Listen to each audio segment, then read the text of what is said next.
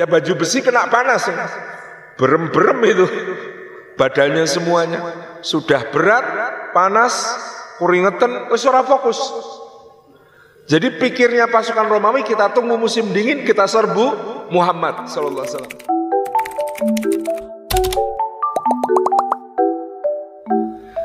Bapak Ibu hadirin hadirat yang dimuliakan oleh Allah Subhanahu wa taala, konsep tersebarnya dinul Islam disebut oleh para ulama sebagai al-futuhat, dari kata al-fath yang artinya pembebasan atau pembukaan.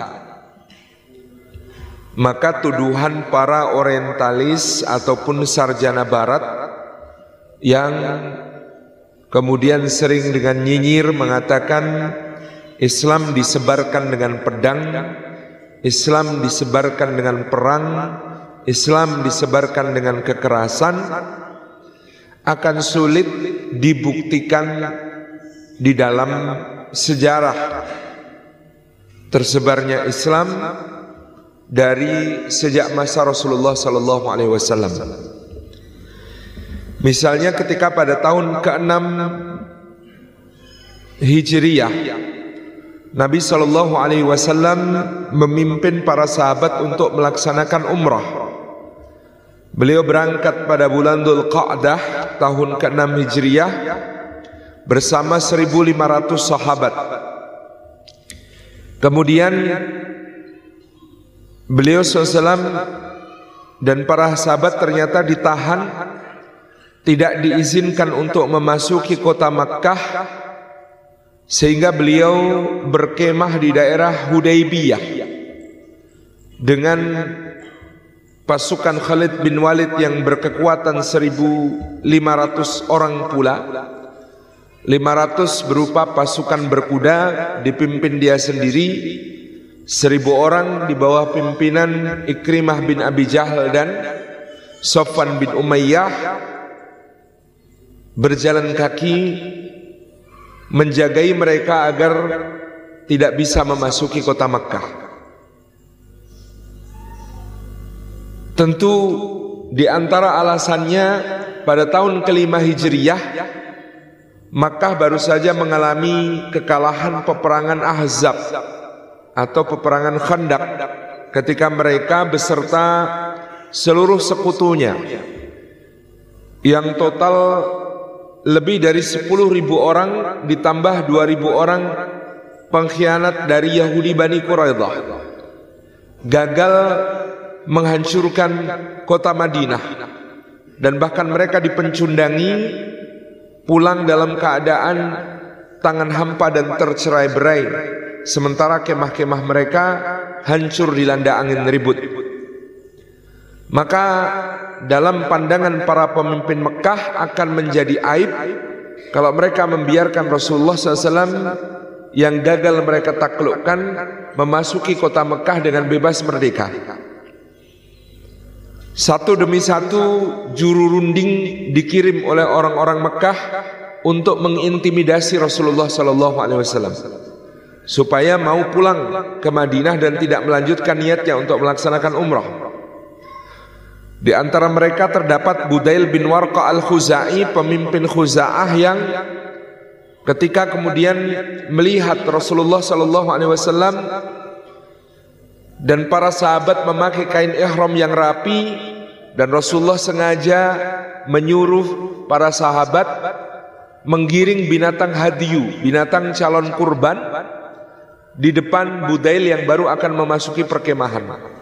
Budail langsung belok kanan, meninggalkan perkemahan Nabi sallallahu alaihi wasallam dan menuntut pemimpin Mekah untuk membiarkan Rasulullah masuk Mekah. Karena Nabi SAW sebelumnya bersabda, Budail ini orang yang sangat menghormati syiar-syiar ibadah. Nanti kalau dia datang, rapikan kain ihram kalian, giring binatang kurban kalian di depannya. Benar, ternyata Budail langsung balik kanan, lalu mengatakan kepada Abu Sufyan dan kawan-kawan, demi Allah, aku melihat Muhammad SAW dan para sahabatnya tidak lain, hanya hendak beribadah. Maka biarkanlah dia masuk. Orang-orang Makkah ini marah kepada Budail. Diam kamu, pemimpin para gembala. Kami suruh engkau untuk menyuruh Muhammad pulang. Sekarang engkau mendukung Muhammad masuk kota Mekah. Kami tidak membutuhkanmu. Kata Budail, kalau Muhammad memerintahkan, maka seluruh suku-suku gembala sekitar Mekah hari ini akan aku kerahkan untuk menjagainya supaya bisa masuk kota Mekah. Para pimpinan Mekah mengatakan, jangan Budail, kami mohon maaf kalau menyinggung perasaanmu. Maaf ya, tapi jangan, mohon tetaplah di sini, tenanglah di sini. Demikian pula utusan berikutnya, misalnya Urwah bin Mas'ud As-Saqafi. Urwah bin Mas'ud bin Amr As-Saqafi adalah orang yang oleh Nabi SAW disebut wajah dan penampilannya paling mirip dengan Nabi Isa alaihissalam. Urwah datang dan dia mendapati bagaimana penghormatan para sahabat kepada Nabi SAW. Yang semula dia hendak menyuruh mereka untuk pulang kembali ke Makkah dan mengatakan, aku pernah ketemu Kaisar Romawi, aku pernah ketemu Kisra Persia, aku pernah ketemu Najasyi Asamah dari Habasyah. Tidak ada satupun di antara mereka yang dimuliakan oleh sahabat-sahabatnya seperti cara sahabat Muhammad SAW memuliakan Muhammad SAW. Jangan halangi orang ini atau kalian akan menyesal. Semula orang-orang Mekah hendak menunjukkan bahwa selain Budail yang pemimpin suku-suku gembala, sementara Urwah adalah pemimpin kota Taif, semua satu kata menolak Rasulullah. Ternyata mereka tercerai-berai, tidak kompak. Pada akhirnya mereka mengirim Suhail bin Amr untuk berunding dengan Rasulullah. Dan dengan Suhail bin Amr lalu dicapai kesepakatan. Yang pertama, tahun ini Nabi SAW tidak masuk Mekah, pulang ke Madinah. Tetapi diizinkan untuk datang lagi tahun berikutnya dengan hanya boleh membawa pedang dalam sarungnya sebagai perlengkapan musafir, tidak boleh membawa senjata apapun lainnya. Yang kedua, gencatan senjata selama 10 tahun. Yang ketiga, kalau ada penduduk Mekah masuk Islam dan hijrah, maka wajib dideportasi, dikembalikan ke Mekah. Sedangkan kalau ada penduduk Madinah murtad dan lari ke Mekah, maka tidak dikembalikan ke Madinah. Sepintas lalu perjanjian ini merugikan, memperlihatkan posisi kaum muslimin ngalah dan lemah. Tetapi begitu perjanjian ini disepakati, maka Allah Subhanahu wa taala menurunkan ayatnya dalam suratul Fath, Inna fatahna laka fatham mubina. Sesungguhnya kami wahai Muhammad sallallahu alaihi wasallam telah membukakan untukmu pintu kemenangan yang gilang gemilang. Kita baru akan menyadari hal itu kalau melihat sejarah, bahwa pada saat perjanjian Hudaybiyah tersebut 1.500 orang sahabat yang menemani Rasulullah SAW adalah hasil dakwah selama 19 tahun. Kita bisa bayangkan, 13 tahun di Mekah, 6 tahun di Madinah. Maka sahabat yang fit diajak pergi keluar kota Madinah jumlahnya 1.500 orang. Mungkin kalau dengan wanita dan anak-anak total 3.000-an. Tapi yang bisa keluar kota Madinah 1.500. Artinya itu buah dakwah selama 19 tahun. 13 tahun di Mekah, 6 tahun di Madinah. Maka benar Allah berfirman, Inna fatahna laka fatham mubina. Sesungguhnya kami bukakan untuk pintu kemenangan yang gilang gemilang. 1 tahun kemudian Umratul Qadha, tahun ke-7 Hijriyah, yang menyertai Rasulullah SAW berangkat ke kota Mekah 3.000 orang. Sudah berlipat 2 kali. Maka Allah lagi-lagi menurunkan ayatnya di surah Al-Fath ayat ke-28. Laqad sadaqallahu rasulahu ru'ya bil haqq la tadkhulunnal masjidal harama insyaallahu aminin muhalliqina ru'usakum wa muqassirina la takhafun fa'alima ma lam ta'lamu faja'ala min duni dzalika fathan qariba. Benar-benar sungguh-sungguh Allah telah membenarkan mimpi Rasulullah sallallahu alaihi wasallam bahwa kalian semua akan memasuki kota Mekah dalam keadaan aman sampai menunaikan manasik haji atau umrah tuntas, menggundul rambut kalian atau mencukurnya, dan tidak ada yang kalian takuti sama sekali. Maka Allah mengetahui apa yang tidak kalian ketahui, dan Allah menjadikan sesudah yang demikian itu ada kemenangan yang dekat. Dari 1.500 buah dakwah 19 tahun, dalam 1 tahun melonjak menjadi 3.000. Tahun berikutnya terjadi peristiwa Fathu Makkah, pembebasan kota Makkah, yang menyertai Rasulullah sallallahu alaihi wasallam datang dari Madinah menuju Mekah 10.000 orang. Tahun ke-6 1.500, tahun ke-7 3.000, tahun ke-8 10.000 orang.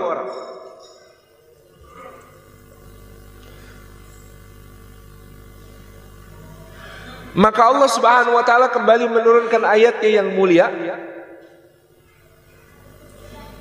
Idza jaa nasrullahi wal fath wa ra'aitan nasa yadkhuluna fi dinillahi afwaja fasabbih bihamdi rabbika wastaghfir innahu kana tawwaba. Apabila datang pertolongan Allah dan kemenangan, maka kamu lihat manusia berbondong-bondong memasuki agama Allah, maka bertasbihlah memuji Rabbmu dengan beristighfar kepadanya. Sesungguhnya Allah Maha penerima taubat. Tahun ke-8. Tahun ke-9 Nabi SAW berangkat menuju Tabuk untuk menghadapi pasukan Romawi yang menyertai Rasulullah SAW di tahun ke-9 menuju Tabuk 30.000 orang. Jadi tahun ke-6 1.500, tahun ke-7 3.000, tahun ke-8 10.000, tahun ke-9 30.000. Tahun berikutnya, tahun ke-10, Nabi SAW melaksanakan Hajjatul Wada, haji perpisahan. Maka yang mengikuti Rasulullah SAW dalam haji wada 120.000 orang. Kembali ke surah Al-Fath. 1.500, 3.000, 10.000, 30.000, 120.000. Perlipatan jumlah kaum muslimin begitu dahsyat sejak turunnya surah Al-Fath. Maka benar Allah ketika berfirman, Inna fatahna laka fatham mubina. Sesungguhnya dengan perjanjian Hudaybiyah ini, wahai Muhammad, kami telah bukakan untukmu pintu kemenangan yang gilang gemilang. Sayyidina Umar bin Khattab saja waktu itu masih protes, merasa perjanjian Hudaybiyah itu merugikan, merasa perjanjian Hudaybiyah itu membuat kaum muslimin terhina, terendahkan. Tetapi kemudian seperti dijelaskan oleh Dr. Ali Muhammad Ash-Shalabi, para sahabat waktu itu tidak menyadari bahwa secara diplomatik perjanjian Hudaybiyah kemenangan yang luar biasa. Dulu sebelum perjanjian Hudaybiyah, seluruh bangsa Arab memandang yang sah adalah kota Mekah, Nabi Muhammad adalah sempalan yang memberontak. Maka ketika Mekah saja mengajak berunding duduk semeja, berarti Mekah sudah mengakui bahwa Madinah sejajar, sama-sama sah. Kalau sudah duduk berunding sama-sama sah, ini Mekah, ini Madinah, maka bangsa Arab tinggal melihat mana yang sedang menanjak, mana yang sedang meredup. Dan di tahun ke-6 itu terlihat jelas Madinah menanjak, Mekah surut. Maka bangsa Arab bergabung berbondong-bondong dengan Rasulullah di Madinah. Meskipun kayaknya di klausul perjanjian kakean ngalah, tetapi ngalah itu kata Cak Nun bukan dari kata dasar kalah, tapi dari kata dasar Allah. Ngallah, nah itu orang Jawa nggak bisa mengatakan Allah, yakni tawakal kepada Allah lalu menyebut ngalah. Wis ngalah wae. Ngalah itu ngallah, yakni tawakkalna ala Allah. Tawakal kepada Allah, maka Allah menjanjikan kami bukakan untukmu kemenangan yang gilang-gemilang. Dari 1.500, 3.000, 10.000, 30.000, 120.000 itu, maka kita melihat mana yang peristiwanya berupa perang, pedang, dan pembunuhan. Tahun ke-6 bentuknya syiar ibadah dan perundingan, malah perundingan damai. Ternyata tahun berikutnya Islam sudah berlipat 2 kali. Tahun ke-7 bentuknya syiar ibadah. Waktu itu sampai Rasulullah tiba di Makkah, langsung memerintahkan ittiba, lengan kanan dibuka kain ihramnya, lalu tawaf, sehingga penduduk Mekah melihat keker-kekernya para sahabat radhiyallahu anhum ajma'in. Berlipat jadi 3 di tahun ke-8 menjadi 10.000 orang.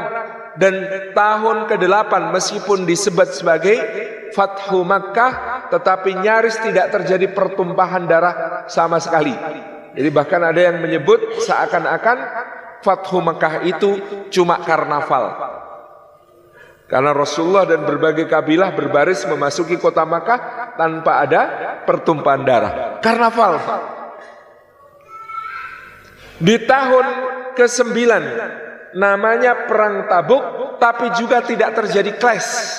Karena ketika Rasulullah SAW berangkat 30.000 orang dalam keadaan musim panas yang sangat parah, pasukan Romawi dapat laporan dari intelijen, pasukan Arab datang.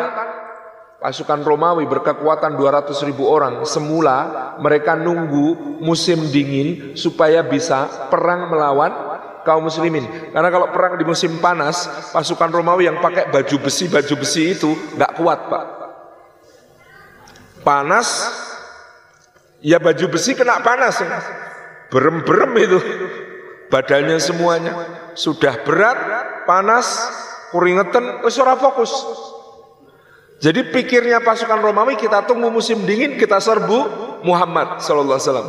Ternyata Rasulullah musim panas sudah berangkat menuju perbatasan Romawi. Geger pasukan Romawi, edan pasukan mereka, musim panas saja mangkat. Geger, bubar itu pasukan Romawi itu.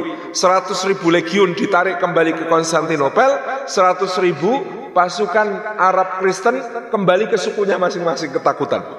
Karena apa? Karena Rasulullah strict. Pertahanan terbaik adalah menyerah, gitu ya. Nunggu musim dingin kita diserbu, lebih baik musim panas berangkat, gitu. Makanya perang Tabuk itu betul-betul ujian untuk orang mukmin mana, orang munafik mana. Jak mangkat panas-panas ini edan po, kan? Kalau orang-orang gak kuat iman kemudian pasti melete, gitu ya. Berangkat. Maka menjadi 30.000 ini syiar juga, tidak ada perangnya, perang Tabuk itu. Tidak ada clash-nya, cuma pemimpin Duma Ukaidir bin Abdul Malik Al-Kindi sempat mau rencananya mau ngelawan, tapi didatangi Khalid bin Walid dengan 300 pasukan sudah langsung nyerah, selesai. Udah itu aja. Gak ada perang. Yang di tahun ke-10 Haji Wada, apalagi itu jelas bukan peperangan. Jadi semua syiar Islam yang melipat gandakan jumlah kaum muslimin itu nyaris tidak ada yang berupa penaklukan dengan pedang. Dan kalau kita mau mengambil contoh yang paling nyata tentang bagaimana Islam datang dengan penuh kedamaian, Islam datang dengan penuh penerimaan yang legowo, lilo. Itulah dakwah masuknya Islam ke Nusantara.